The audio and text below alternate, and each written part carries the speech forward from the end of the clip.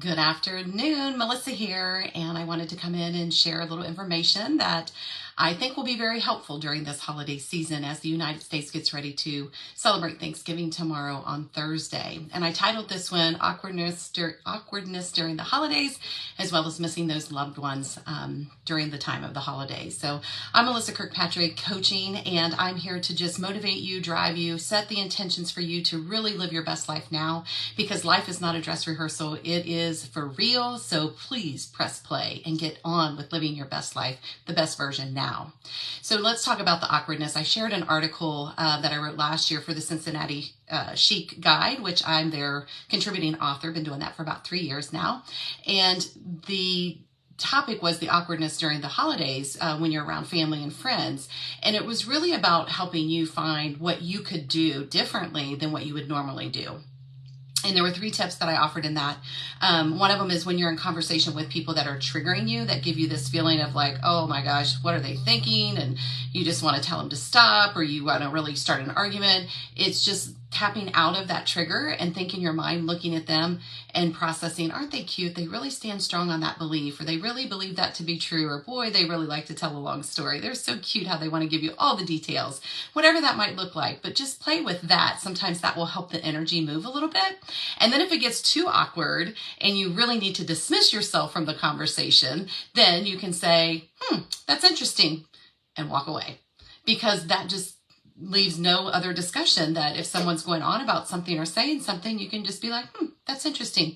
A lot of times that happens with any political or religion conversations. That might be helpful there as well. And then the last one is eat the popcorn. Imagine that you're at a movie theater. So maybe they're sitting around gossiping or talking about things that you don't even really care about, or, don't really have an opinion about. Act as if you're in the movie theater, listening to them, eating the popcorn, and just, sitting there and observing. You can use the other things like, aren't they cute? And that's interesting, but just be a participant in the moment and not let things really trigger or make you feel like you can't be a part of this awkwardness when you have complete control of the game, because you're the owner of the game. They're all just players in your game. So be mindful of that and just ground yourself before you go, and just know that you don't have to make it feel uncomfortable, and you don't have to feel less than, and you can just enjoy however you choose to enjoy it. I give you permission to do that. Now, the other topic was about missing those loved ones during the holidays. And believe you me, it's been really tough. Last year, we had to experience my mother-in-law, who passed in January of 2021. So that was really challenging, having known her most of all my life. And then this year, my sister and my mother both passed within 3 months of one another. We had a couple other family members leave us as well. So it's been a really trying year. And a lot of my clients have been experiencing loss in their lives, mothers and close relatives, family members. So I bring it up only because I, as a coach, as a mentor, as someone that's always following, researching, trying to understand, I really felt it important because I can feel the heaviness, but I also have done my work around it. And I have this, calmness in a sense of trusting the process of life, so to speak, and just knowing that the death rate's 100%, so no one's getting out alive. But even that sounds a little cliche. It's really more about the loved ones are not here physical form, but yes, they can be here in that spiritual form or energetic form, or, memories of them. But I also look at it in terms of if they were here, how would it look? And then them not being here, how does it look? So allow yourself to maybe think about all the great memories that you had, obviously, are there. But if they knew what they knew and you knew what you knew, the conversation would be different in that moment, as they would want you to live your best life. They would not want you to be sad and sit there and your heart breaking and missing them, because they're on the other side of it now. They're in full enlightenment. They're in full love. They didn't take any of that other stuff with them. They're not thinking about all those things that may have been said or done or didn't do, or regrets and things like that. They're in pure light, pure love. So knowing that allows you to still miss them, and your heart is heavy, but let them be that guiding force that gets you out of bed in the morning to know your time is limited. So why don't I live, differently, or love more deeply or show up more boldly because I get it. And they're standing behind you in a sense of cheering you on to go after those things that you've been delaying and putting off. And I think that's the awareness too, that I don't want to play small anymore. I want to play big. And my sister and my mom, they both were amazing women who had great stories. And even though there was all the stuff that went along with being related to someone and family members, it's still today, those feelings have risen up. And I've been able to clear some of that with, the things that coulda, shoulda, woulda.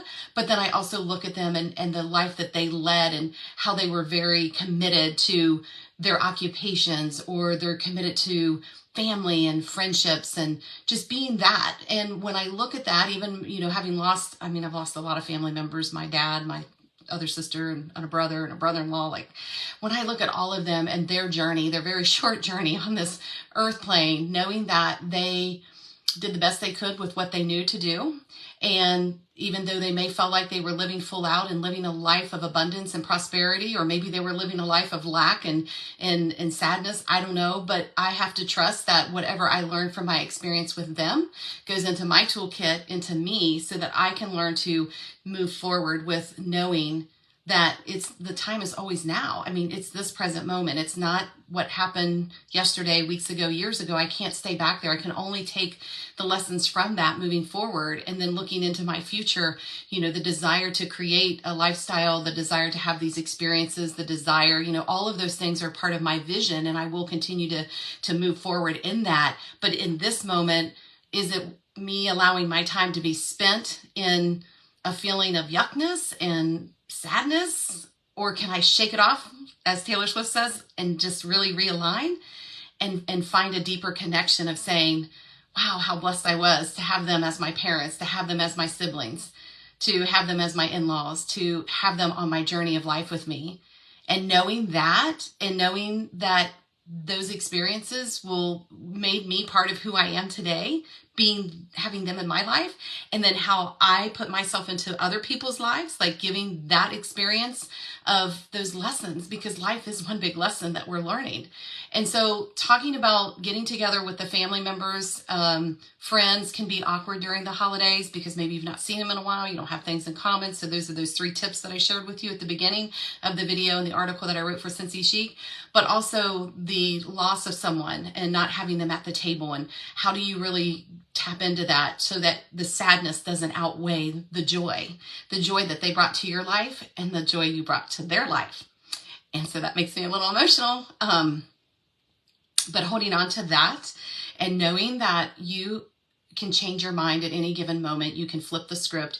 I'm not saying that it's easy. It is very hard, but just start filling your cup with those memories of how they impacted you to make you a better person, and how you'll take those lessons and life experiences and make your impact on the world as well. So that's what I have. That's what was on my heart. I hope this is in service to you. If you want to message me with any other comments or questions, or comment below, I'm happy to have the conversation with you.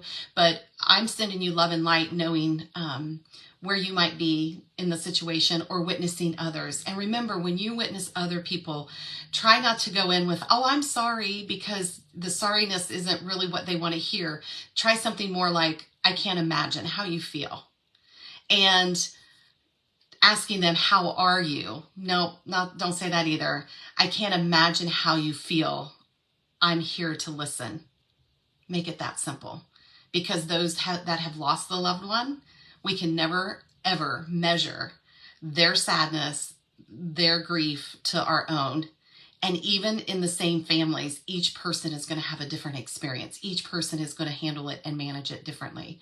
So I've done a lot of work around this, as I said earlier, and I don't think this is my calling to help people through grief and sadness, but I am willing to have the conversation. So if there's anything that I can do, if this resonates with you, please reach out.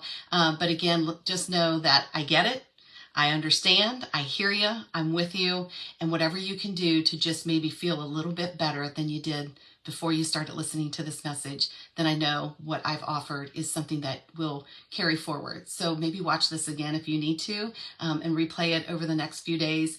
But just keep shining your light. You've got a lot of things to do. You're a gift to this world, and it needs those gifts that you have to give. So that's all for now. Have an amazing Thanksgiving and enjoy the weekend, and I'll be talking with you soon. Bye for now.